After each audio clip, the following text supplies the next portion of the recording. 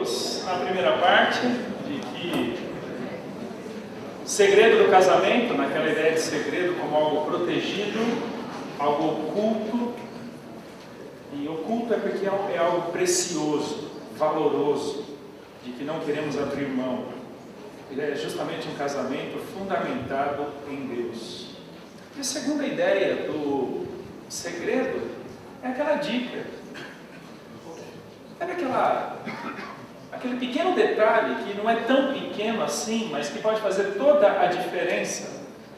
Seja numa receita de bolo, seja às vezes em alguma apresentação na empresa, alguma coisa que talvez seria muito técnica, mas tem aquele segredo que é justamente o que destrava ou destranca o sucesso, a boa realização daquele algo.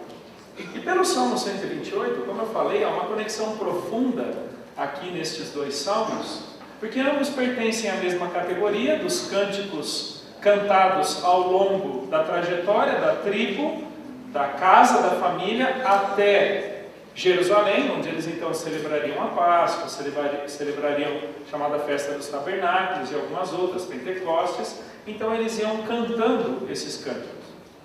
E enquanto o Salmo 127, Deus é o fundamento, no Salmo 128, a palavra de Deus é a base de toda a realização.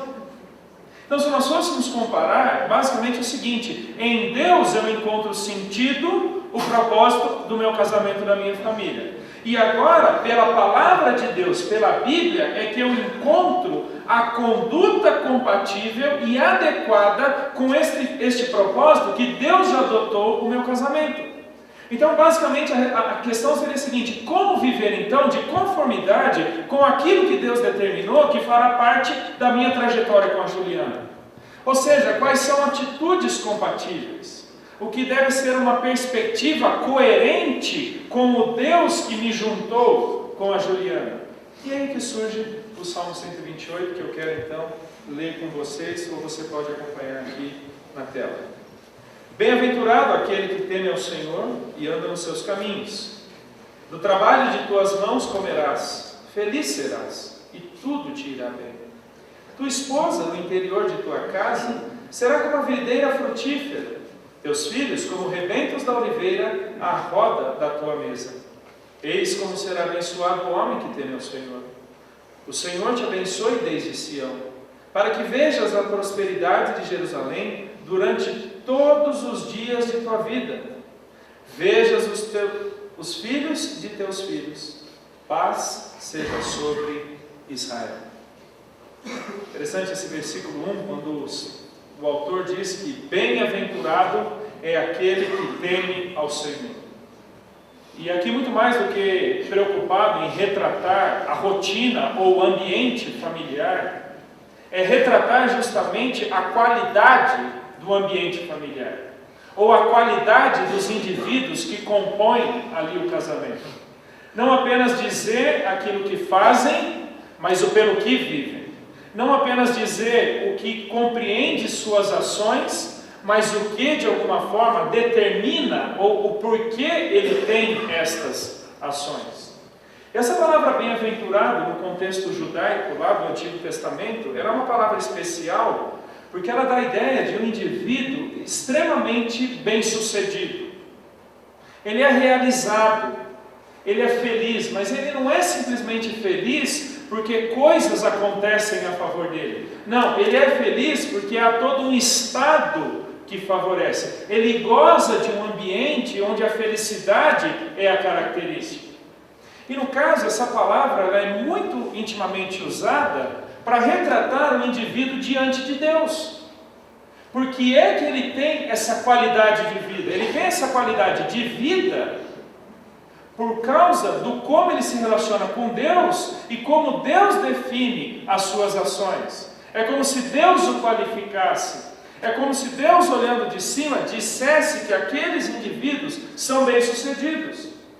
E percebam que aqui nós temos um profundo contraste entre o que chamaríamos de um conceito contemporâneo de sucesso e um conceito divino, transcendente, eterno de sucesso.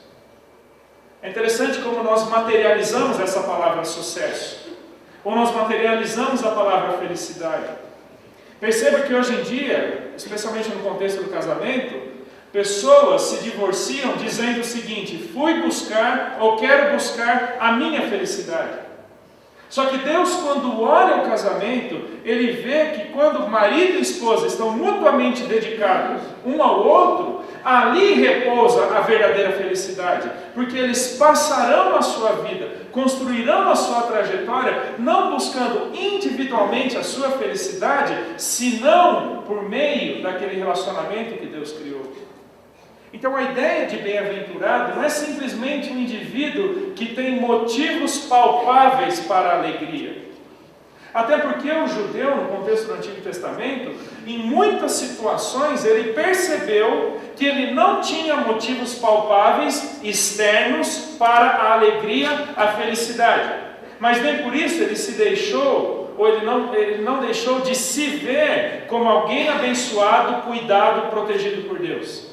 Exemplo disso é o livro de Abacuque, quando no final do livro, no capítulo 3, Abacuque diz: ainda que a figueira não floresça, ainda que não haja vide, ainda que a vide não dê o seu produto, ainda que a oliveira minta, ou seja, que eu não tenha nem como produzir o azeite, ainda que nem animais eu tenha, ainda assim eu me alegrarei, eu me satisfarei em Deus, que é a minha salvação.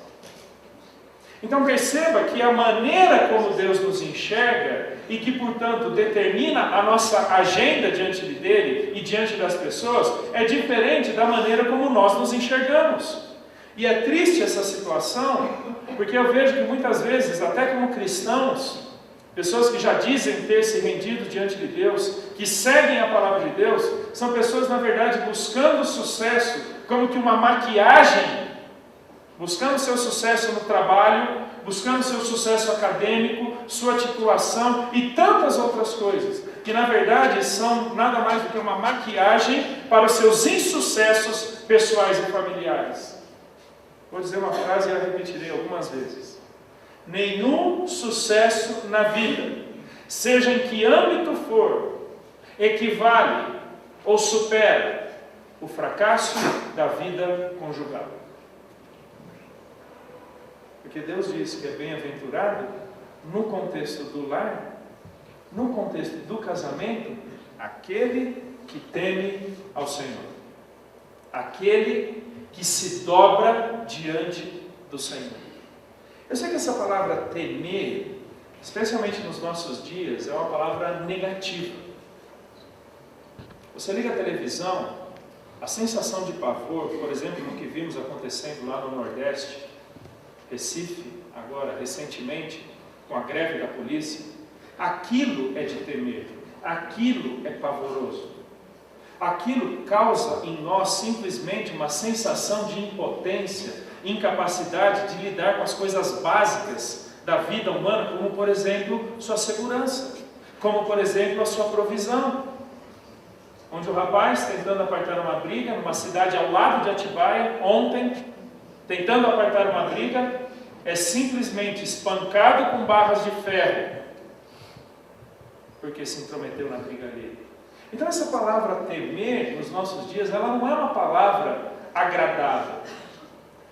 Mas deixa eu te dizer que no contexto bíblico, especialmente neste salmo, a palavra que o autor usa é a palavra que dá a ideia de respeito, reverência, submissão, reconhecimento da dignidade, da supremacia, da majestade, da soberania daquele diante de quem eu estou. Então é um salmo de profundos contrastes entre o sucesso na perspectiva humana com o sucesso na perspectiva divina. O que causa temor numa perspectiva humana e o que causa temor numa perspectiva divina.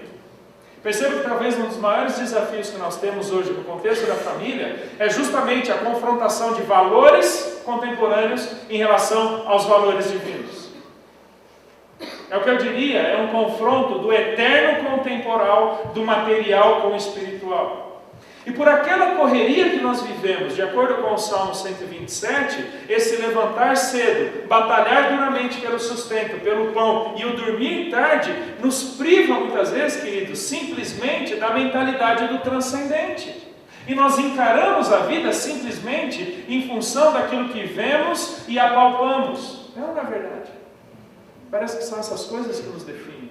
Parece que são essas coisas que atribuem significado a nós. E nós simplesmente corremos atrás delas, como sendo necessário para então vivermos uma vida válida ou uma vida digna. Este é um dos temas aqui no Salmo 128. O que é ter uma vida válida? O que é ter uma vida digna no contexto do casamento e do lar? E a resposta, ela é simples.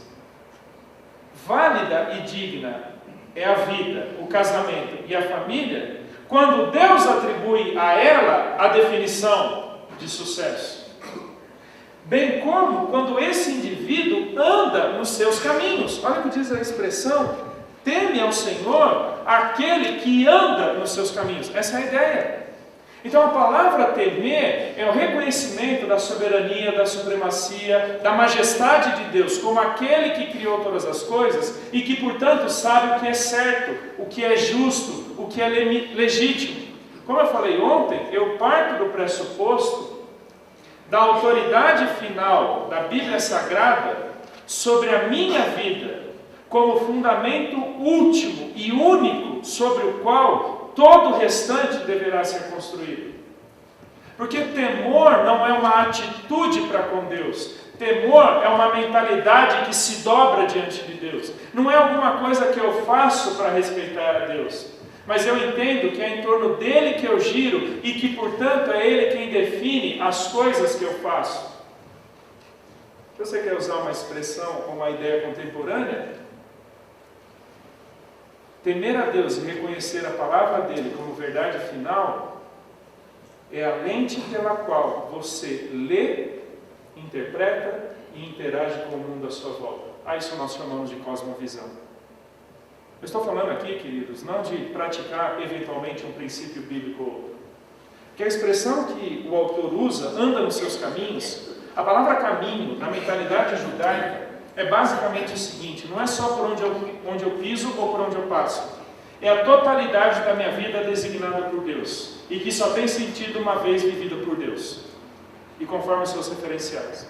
A palavra caminho quer dizer os contornos que a minha vida tem quando vivida diante de Deus. É quando eu entendo que Deus estabeleceu as balizas dentro das quais eu tenho uma livre agência, um livre trânsito de prática, porque eu reconheço que Ele estabeleceu estes parâmetros, estes princípios, que então não são apenas ideais que eu busco, porque alguns olham para a Bíblia simplesmente como um ideal inatingível, que talvez eu me dedique em algum momento da minha vida, normalmente quando eu já não tiver mais opção. Mas não, a palavra caminhos é aquilo que compreende a minha vida. Aquilo que eu sou, aquilo que eu tenho, aquilo que eu faço, o que eu deixo de ser, o que eu deixo de ter ou o que eu deixo de fazer. É quando estas coisas elas são definidas justamente por Deus e não por mim mesmo. Isso daqui para nós é importante no contexto do casamento, numa época muito preocupada com fórmulas, regras. Por exemplo, veja nas bancas de jornais, revistas, aquelas muitas revistas com dicas, né? 10 dicas infalíveis, 5 regras para não sei o que. Geralmente aquelas revistas de fofoca, né? Tititi, lá, por aí vai. Né? O que Deus disse que é, o que não é, o que deve ser, o que não deve ser. Essa é a ideia de que teme e anda nos seus caminhos. Eu acho interessante que nós buscamos tantos conselhos, nós buscamos tantas ideias do como viver uma boa vida, mas poucas vezes nos debruçamos diante da palavra de Deus, buscando entender o que Deus disse ser o significado de casamento.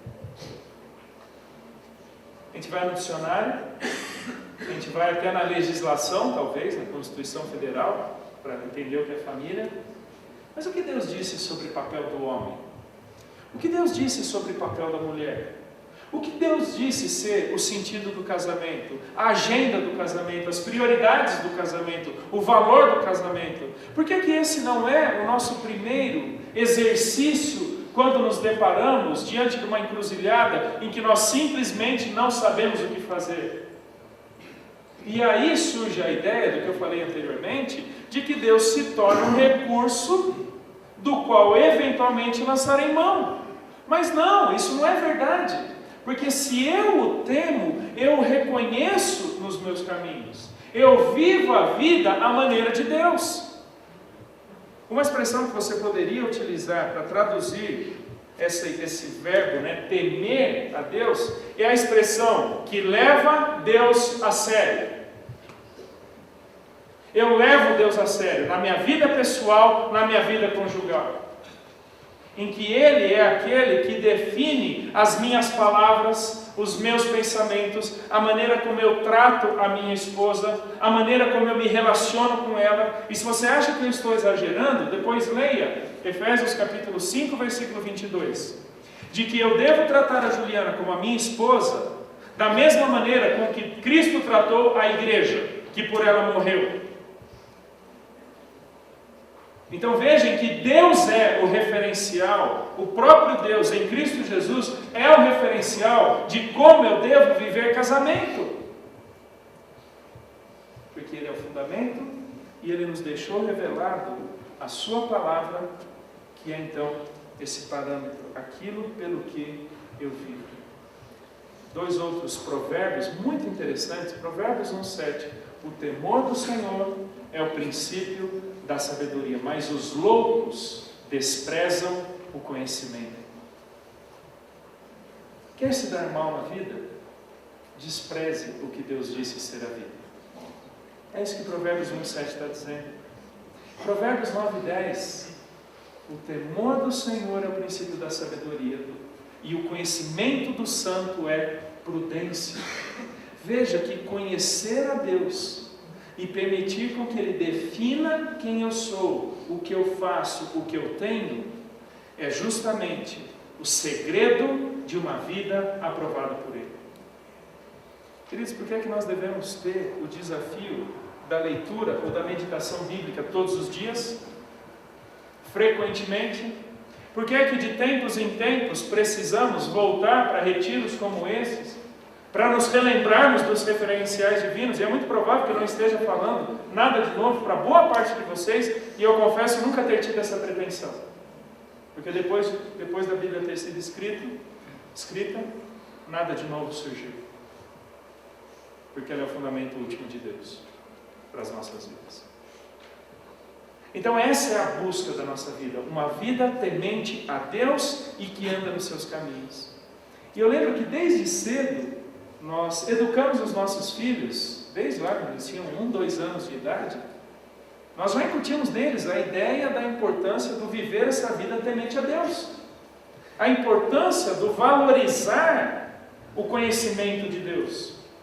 E então, lá quando eles tinham uns 2 para 3 anos, nós começamos a orar com eles, pedir para Deus o preparo de uma mulher para cada um deles, com as quais eles viriam a se casar no futuro.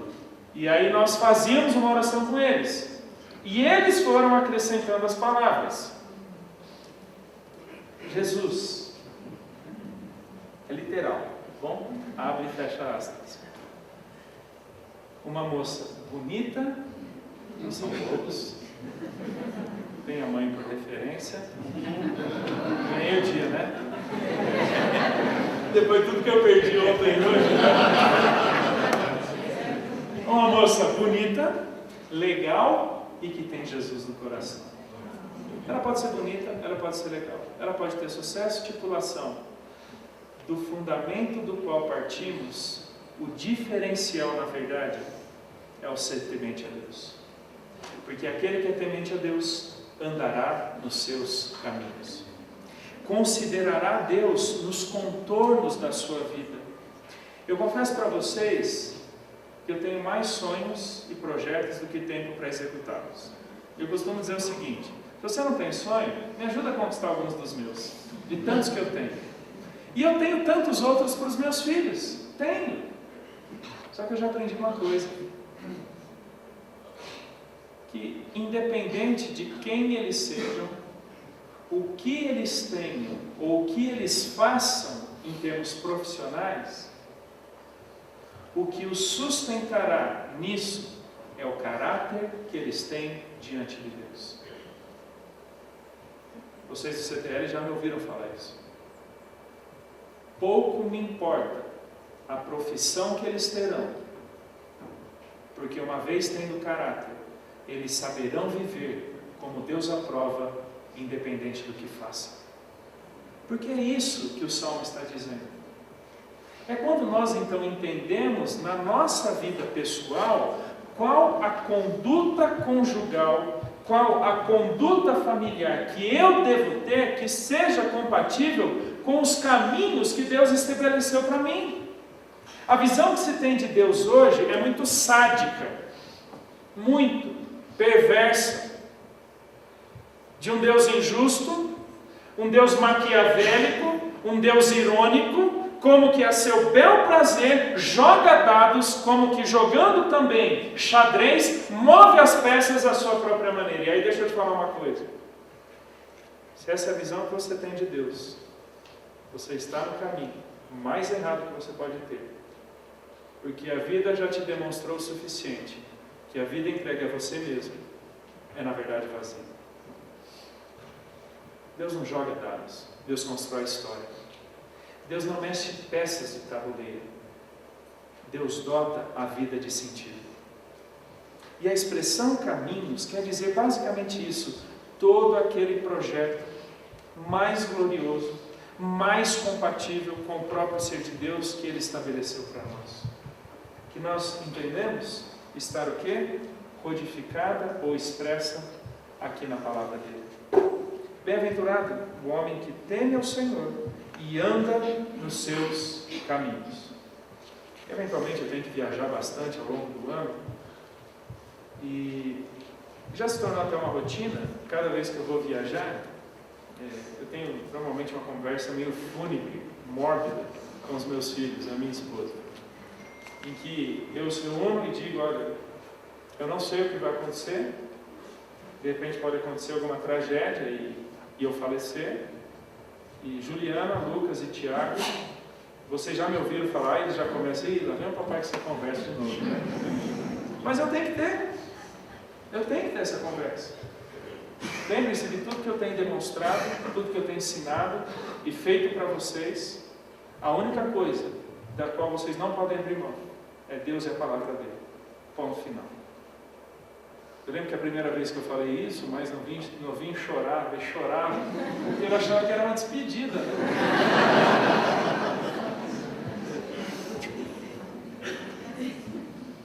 Provérbios 14, 26. No temor do Senhor tem o homem forte amparo, e isso é refúgio para a sua família. Homens, sexo masculino, quero falar para vocês agora. Quer criar um ambiente estável, sustentável no seu lar? Tema a Deus. Respeite a Deus. Leve Deus a sério nas tuas atitudes, onde você é o primeiro e o principal a se preocupar com um relacionamento íntimo, estreito, próximo para com Deus. Porque se Provérbios está certo, e eu creio que está, isso servirá de modelo, e a palavra que Salomão usa ali, refúgio, quer dizer proteção, um local onde está protegido de toda a selvageria externa, e esse ambiente se chama lar que teme a Deus. E que vocês homens, nós homens, de alguma forma, sendo esse modelo vivo, possamos não apenas testemunhar, mas influenciar ao ponto de trazer depois de nós os nossos próprios filhos. A geração vindoura, aquela que talvez ainda nem exista. Mas sabe quando é que nós começamos a viver isso? No casamento. Você não pode esperar transmitir para os seus filhos aquilo que você não vive no seu casamento. Porque se você assim estiver vivendo, não passa de uma grande hipocrisia.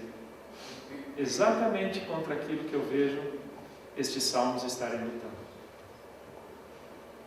No temor do Senhor tem o homem forte amparo, e isso é refúgio para os seus filhos, a sua família. Provérbios 14, 26. Agora olha a sequência aí do texto do Salmo 128, versículo 2. Do trabalho de tuas mãos comerás, feliz serás e tudo te irá bem. Percebeu aqui como os dois salmos são construídos? No Salmo 127, de nada vale todo o teu trabalho, porque você o faz sem Deus. No Salmo 128, o seu sustento, o benefício do seu trabalho é garantido. Qual é essa equação? É que o homem, ou a pessoa do Salmo 128, já entendeu pelo que ela vive, e que, portanto, as suas realizações valerão e terão sentido, porque são ações, são reações compatíveis com Deus e sua palavra. É quando então eu levo a Deus a sério, não apenas naquilo que chamaríamos de ambientes espirituais.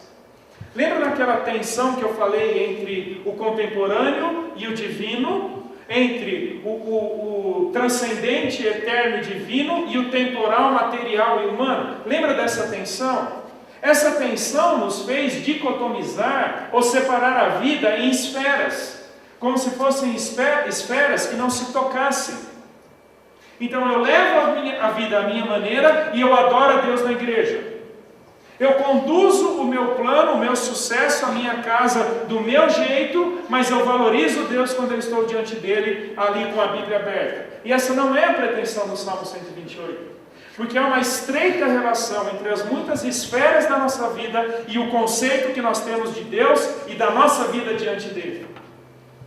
E a conclusão aqui é clara. O meu trabalho tem valor quando vivi da maneira de Deus. O meu sucesso tem valor quando vivi da maneira de Deus. E, portanto, pela sequência aqui do texto, a minha família, o meu casamento tem valor quando vividos da maneira de Deus.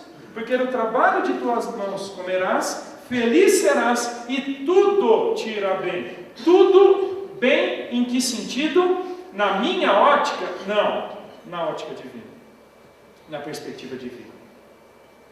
Em muitos aspectos, em muitos momentos, é o oposto do que chamaríamos de boa vida no tempo presente. Olha que quadro, que imagem bonita. Que talvez até tenhamos saudades dessa imagem. Versículo 3. Tua esposa, no interior de tua casa, será como a videira frutífera, teus filhos como rebentos da oliveira, à roda da tua mesa. O quadro aqui é da típica família judaica, em que as refeições elas eram aquele momento em que a família mais curtia, mais aproveitava a comunhão e mais vivenciava o relacionamento interpessoal. Aquilo que Deuteronômio capítulo 6 nos diz, de que os pais investiam na geração vindoura, na próxima geração, em todo e qualquer momento da vida, a volta da mesa era a demonstração plena da bênção, do cuidado, da proteção de Deus sobre aquela família. Não eram filhos rebeldes, não era uma esposa insubmissa ou uma esposa dada à vida, não. Era uma família que tinha prazer no lar. Deixa eu te dizer que talvez alguns dos filhos de vocês pensem, mas nunca tiveram coragem de te dizer que o último lugar que eles gostariam de estar é dentro de casa. Porque dentro de casa é o lugar onde eles não são compreendidos, é o lugar onde eles não são ouvidos, é o lugar onde eles simplesmente não encontram um refúgio. Eu lido com essa realidade quase todas as semanas com a juventude com a qual eu lido, que decide fazer faculdade fora, não porque seja a melhor opção, mas porque se verá livre de seus pais. Isso é triste, porque aquele que deveria ser o ambiente mais favorável, mais gostoso, do curtir comunhão, alegria, paz, amor, bondade, que é justamente o seio da família no lar, nós simplesmente temos perdido. Eu sei que nós temos rotinas frenéticas. Eu sei que tem gente que viaja aqui, às vezes dias e mais dias ao longo da semana, e tem pouquíssimos momentos no contexto do lar. Sejam poucos ou sejam muitos, que estes momentos sejam no mínimo exclusivos, onde estaremos com as nossas famílias e elas apenas. O problema é que nós homens temos algumas concubinas. Sabe o que é uma concubina na perspectiva bíblica? É uma pessoa, uma mulher, só que eu estou usando no sentido figurado, que não é a minha esposa legítima, mas é aquela com quem eu divido meu tempo, meus interesses. Talvez estejamos deixando algumas dessas concubinas entrarem em casa, como trabalho, frustrações, projetos, tempo dividido, em que não curtiremos a exclusividade daquele momento no lar. Há uma profunda diferença entre ser presente e estar presente. Eu não creio que seja um oposto ao outro. Aí nós arranjamos desculpas. É melhor poucos momentos de qualidade do que muitas horas sem sentido. Qual o problema de tornar as muitas horas com sentido e proveitosas? Você percebeu que nós temos cedido a essa tensão, qualidade versus quantidade? E quem disse que na perspectiva divina, qualidade e quantidade são opostos? Que problema há para nos desdobrarmos de termos mais quantidade para expressarmos mais a qualidade que queremos ter? Eu sei que talvez em alguns momentos a minha realidade, a linha Atibaia, seja mais favorável a isso do que alguns de vocês, em que eu tenho o privilégio de trabalhar a 600 metros de onde eu moro e a minha casa ser o lugar onde eu trabalho em vários outros aspectos. Mas a minha esposa está aqui, você pode confirmar com ela, que se a minha família, a minha esposa, não é minha prioridade, por mais que eu trabalhe apenas 600 metros de onde eu moro, eu não tenho tempo para eles. Eu estou sendo mais sincero com vocês aqui. Eu não tenho tempo para eles. A não ser que eu os encaixe na minha agenda, de tal forma que esse quadro pintado pelo salmista saia da parede como aquela imagem bela que gostamos de ver, mas que temos medo de pagar o preço para experimentar. Posso estar sendo duro? Talvez. Mas precisamos ser confrontados com isso. Que talvez ganhemos o mundo, mas percamos a nossa família. Que talvez ganhemos sucesso, mas percamos a nossa esposa ou marido. Porque a esposa no interior da casa será como uma videira frutífera. O quadro aqui é bonito, porque o judeu, ele entendia a bênção de Deus, o cuidado de Deus, quando as árvores frutíferas estavam ali repletas. Em muitos aspectos, era a maldição de Deus não ter provisão ali da agricultura. Parece que nós estamos contra Deus, não estamos experimentando a bênção de Deus. Então o quadro aqui, muito mais do que retratar uma árvore com frutos, não, é retratar um ambiente no qual Deus é temido e, portanto, vivencia-se toda a alegria, toda a bondade que Deus transfere ao lar. Essa é a questão, queridos, só que isso tem um preço. Eu já tive que responder. Estou longe de ser o casal perfeito, a família intocável. Eu partilho da mesma natureza que vocês e vocês da minha, pecador. Mas eu lembro de ter certa vez respondido para um jovem que disse o seguinte: eu daria tudo para ter uma família próxima à sua. Eu falei, talvez seja justamente isso que te custe, tudo. Não simplesmente alguns atos, não simplesmente alguns intentos, mas o teu ser, as tuas convicções. Vai doer o teu tempo.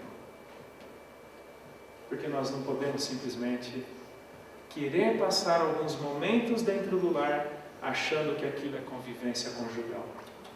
Não necessariamente. A não ser com que eu trate aquele momento com exclusividade, prioridade. e por aí vai. E aí a sequência do texto, e eu quero ter hoje essa segunda fala um pouquinho menor, para termos depois um tempo de bate-papo, um tempo de discussão. Versículo 4, eis como será abençoado o homem que teme ao Senhor. A repetição do versículo 1.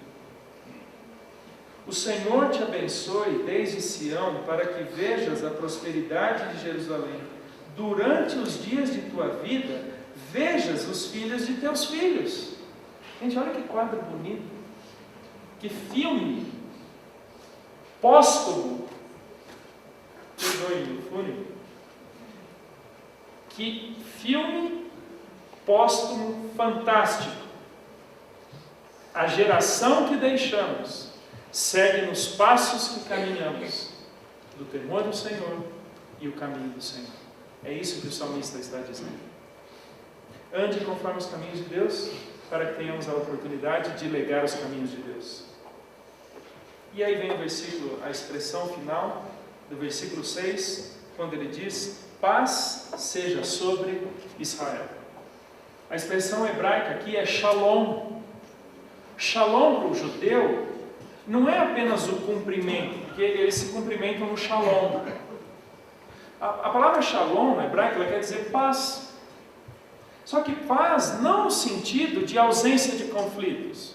Essa não é a perspectiva do shalom numa mentalidade bíblica. Shalom é a certeza de que sobre nós repousa a boa mão de Deus. Porque contamos com Deus. Vivemos com Deus, conforme Deus e para Deus. E portanto, qual é o resultado imediato ou presumido? Paz. Queridos, paz não é alguma coisa que buscamos. Paz é alguma coisa que recebemos quando buscamos a Deus.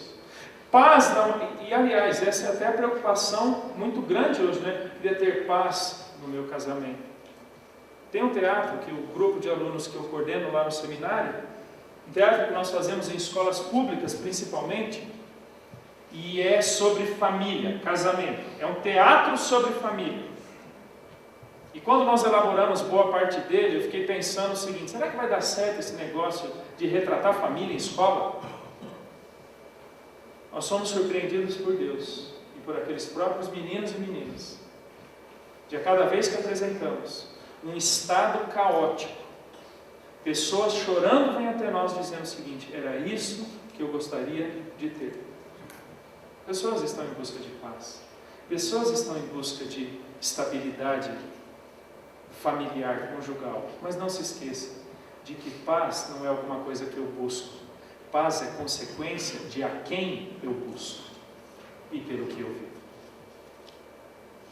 E o meu desejo, e não tenho dúvidas de que o desejo de todos esses que organizaram esse retiro é que a paz de Deus esteja sobre vocês.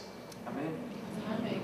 Deus, eu quero pedir ao Senhor que constranja os nossos corações de tal forma a temermos ao Senhor, a valorizarmos os teus caminhos, a vivermos de conformidade com a tua palavra, para que sejamos bem-sucedidos em tudo o que fizermos. Deus, eu peço pelos homens que aqui estão, esses maridos, pais, que todos nós saímos daqui com a certeza, a verdade incutida em nosso coração, de que somos o exemplo primeiro de uma vida temente a Deus no contexto da família. Sejamos exemplo para as nossas esposas. Sejamos exemplo no mundo desonesto e cético. Deus, eu peço por essas mulheres também. Muitas delas envolvidas no mercado de trabalho, às vezes lutando com o seu próprio coração, do desejo que teria de estar mais dedicada ali, talvez à família. Mas o Senhor conhece os motivos por que ela está lá. Pai, reanime, traga alento, traga alegria aos corações delas, para que aproveitem toda e qualquer oportunidade para investirem também nos seus maridos, demonstrando a piedade, demonstrando a santidade, demonstrando aquilo que só elas como mulheres podem expressar para os seus maridos. Deus, eu peço pelos casais, marido e esposa, para que andem nos teus caminhos, para que todos nós paremos de nos debater tentando encontrar respostas em nós mesmos para os nossos problemas, mas que o Senhor nos dê sabedoria, porque expressamos a nossa falta dela, em como viver uma vida agradável ao Senhor e que anda nos teus caminhos. E Deus nos deu o privilégio de testemunharmos a outros casais, não arrogantemente, mas humildemente, a vida para a qual o Senhor nos chamou em Jesus, e que é apenas nele, por meio dele, que podemos ter essa vida. E que desta forma brilhe a luz de Cristo diante daqueles que ainda não o conhecem, para que se rendam ao Senhor e te glorifiquem. Nos abençoe, traga paz sobre nós, traga a tua boa mão a nosso favor, agora e sempre. Amém.